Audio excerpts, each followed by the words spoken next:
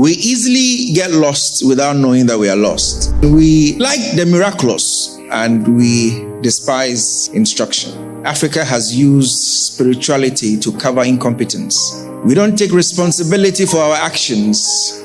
We want God to do the impossible for us and also do the possible. Bishop T.D. Jakes gave a very interesting sermon, and he said the problem of the generation of today is that we cry to God for the wrong things. He said when God created nature, he created the tree. And when he created the tree, he gave man a brain.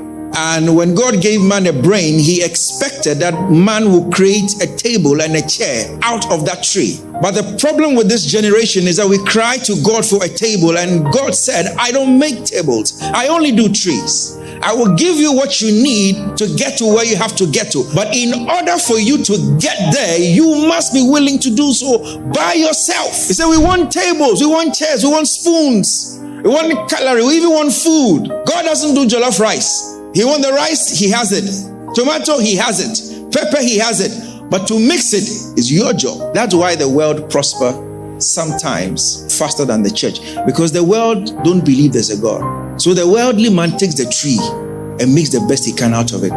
God even helps him, because God realizes that even though this guy does not know me, he is doing what I created him to do. Make tables out of trees. But the guy who knows me wants me to do for him what I made him to do.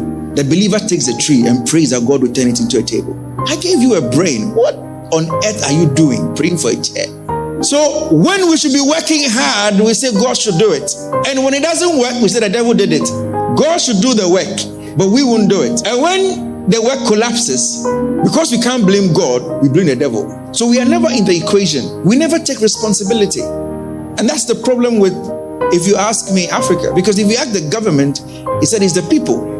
If you ask the people, they say it's who? It's the government. The government is corrupt. They're stopping our money. They're stealing our things. Well, change the bloody government. You put them there.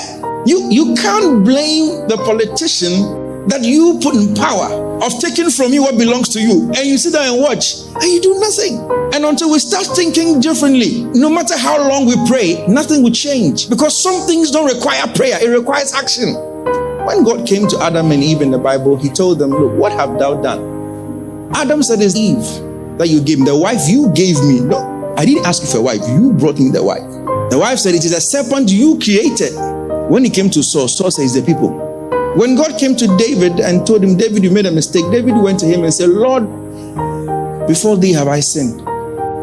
When you don't take responsibility for your actions, and when you don't take responsibility for your own destiny, it doesn't matter how long you pray, nothing will change. Because whilst you are waiting on God, God is waiting on you. Because God won't do for you what you were made to do for yourself. God won't fix that chair that is broken. You can count on God for the impossible, but God counts on you for the possible.